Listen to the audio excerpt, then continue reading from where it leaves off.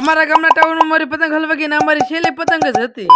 મોદી સાહેબ સોમનાથ બાજુ આટો માર્યો છે એટલે આજે અમારી બસ બંધ હતી એટલે પોસા પગે વીયો કોકા નાખે અહીંથી આપણે પ્રાઇવેટ વાહન પકડવાનું એટલે 20 રૂપિયા રિક્ષા બિક્ષા નહીં બેવાનું કોઈ ગાડી વાળું નીકળે ને બેસી જવાનું. અમારા ગામનું પ્રાઇવેટ જેટ મળી ગયું ને ભગત સાથે ઉડાન ફરી આગળ 15 થી 20 મિનિટમાં અમારું ગામ આવશે. જો તો 15-20 મિનિટ વેઇટ કર્યું એટલે મફતની લિફ્ટ મળી ગઈ ને. અમે આજકાલ ભણવા ગયા એટલે આવું કરવું ને 1 રૂપિયા કે ઇન્વેસ્ટ નહીં કરવાનું.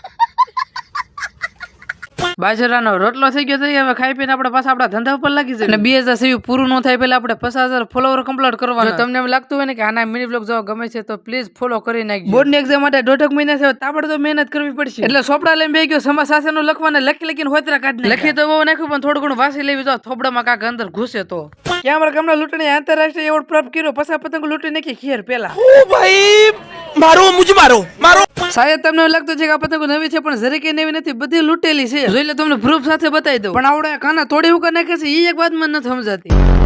5 વાગે હું પતંગ સગાવા સાઈડો ધાબા પર ક્યાં મારી પતંગ હલવા ગઈ અમારા ગામના ટાવર અને કઈ નામ છે માસ્ક અમારું પણ નીકળે એમ જ નથી. કાંઈ વાંધો ને એને તો અલવિદા કહી દઉં ને આપણે મિની વ્લોગ અહીંયા પૂરો કર્યો. જો મિત્રો તમને વ્લોગ ગમ્યો તો પ્લીઝ ફોલો કરતા રહેજો અને તમારા ભાઈને સપોર્ટ કરજો.